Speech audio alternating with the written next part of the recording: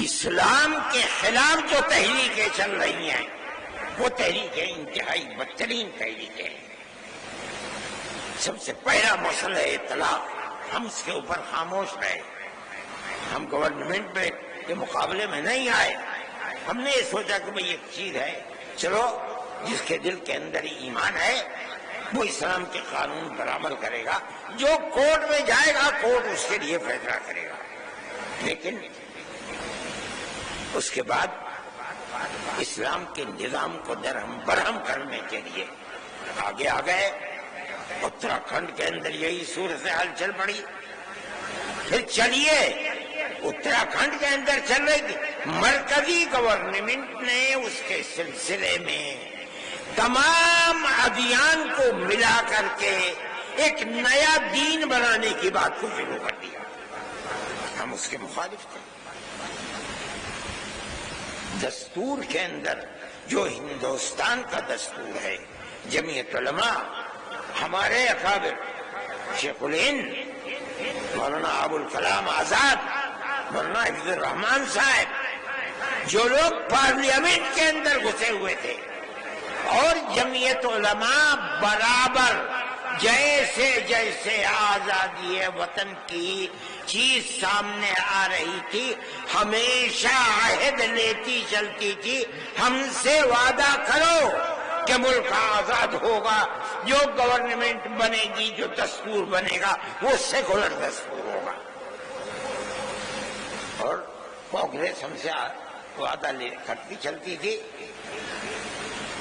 میرے پاس تحریریں موجود ہیں کہ جن کے اندر موتی لال نہرو، جواہر لال نہرو، گاندھی جی، کانگریس کی ورکنگ کمیٹیوں کی تجاویز ہیں. وہ کہتے ہیں کہ ہم یقین دیتے ہیں کہ مسلمانوں کا مذہب، مسلمانوں کے اوقاف، مسلمانوں کی مسجدیں، مسلمانوں کے امام باڑے، ان کی زبان، ان کا کلچر ایک لمبی فہرست، ہر چیز محفوظ رہے. ملک آزاد ہو گیا. آزاد ہونے کے بعد ملک کا دستور بنا. ایسے لوگ تھے جو یہ کہتے تھے کہ ملک آزاد ہوا، لیکن مسلمانوں نے اسلام کے نام کے اوپر ایک ٹکڑا ملک کا لے لیا. اس لیے اب ملک کا دستور ہندو دستور ہوگا، انہوں نے لے لیا. جمعیت علماء تھی جو لے کر کے بیٹھ گئی. ہم نے ملک کو تقسیم نہیں کرایا. ہمارے اوپر جوتوں کے ہار ہمارے گلوں کے اندر پڑے، ہمیں مارا گیا. لیکن ہم نے جس چیز کو صحیح سمجھا تھا، ملک کی تقسیم کی مخالفت کی. ہم پاکستان نہیں گئے. اگر ملک کی تقسیم پر دستخط کیے، تم نے دستخط کیے، ہم نے دستخط نہیں کیے. اگر قصور ہے تمہارا قصور ہے، ہمارا قصور نہیں ہے. شریف لوگ تھے، اس چیز کو سمجھے. جمعیت علماء کی اس تحریک کے بنیاد کے اوپر مجبور ہوئے اور ملک کا دستور سیکولر دستور بنا. دفعہ 25، 26، 29 لا کر رکھی گئی، جن کا حاصل یہ ہے کہ ملک کی ہر اقلیت کو، چاہے وہ زبانی اقلیت ہو چاہے مذہبی اقلیت ہو، اپنے مذہب کے مطابق اپنے ادارے بنانا، ادارے بنا کر چلانا، ہر چیز جائز ہے اور بلا کسی کھٹکے کے جائز ہے. یہ وہ ہے دستور، جو دستور ہے ملک کا، اور یہ سیکولر دستور ہے. اسی بنیاد کے اوپر مسلمان زندہ ہے. آج فرقہ پرست طاقتیں دستور کی ان شقوں کو کاٹ نہیں سکی ابھی تک، لیکن اس کے خلاف کام کر رہے ہیں. کس بنیاد پر ہماری مسجدوں کو توڑا جا رہا ہے؟ آپ کو ہمارے مدرسوں سے کیا لینا ہے؟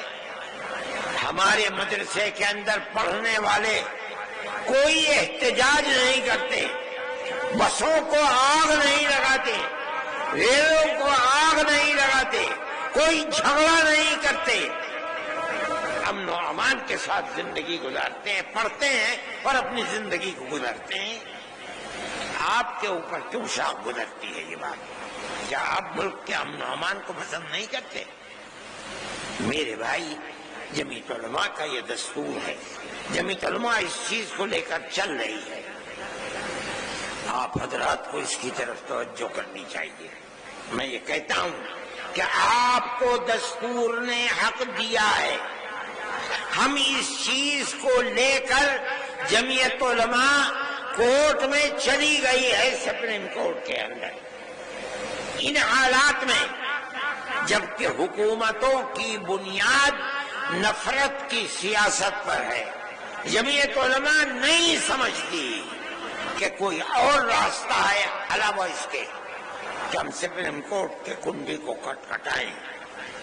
ملک کے اندر ہر وہ قوم، ہر وہ اقلیت جس کے پاس راستے بند ہیں، راستہ نہیں ملتا تو اور کوئی صورت اس کے سامنے نہیں ہے کہ وہ سپریم کورٹ کو جا کر کے اس کے دروازے کو کھٹکھٹائے۔ ہم اس کے دروازے کو کھٹکھٹاتے ہیں۔ آپ کو اندازہ نہیں ہوگا شاید، ہم 500 سے زائد افراد ہیں جن کے مقدمات کو supreme court, high court, lower court کے اندر لڑ رہے ہیں۔ ان مقدمات کے اندر ہمارا کروڑوں روپیہ خرچ ہوتا ہے سال میں، ہمارا کیا ہے؟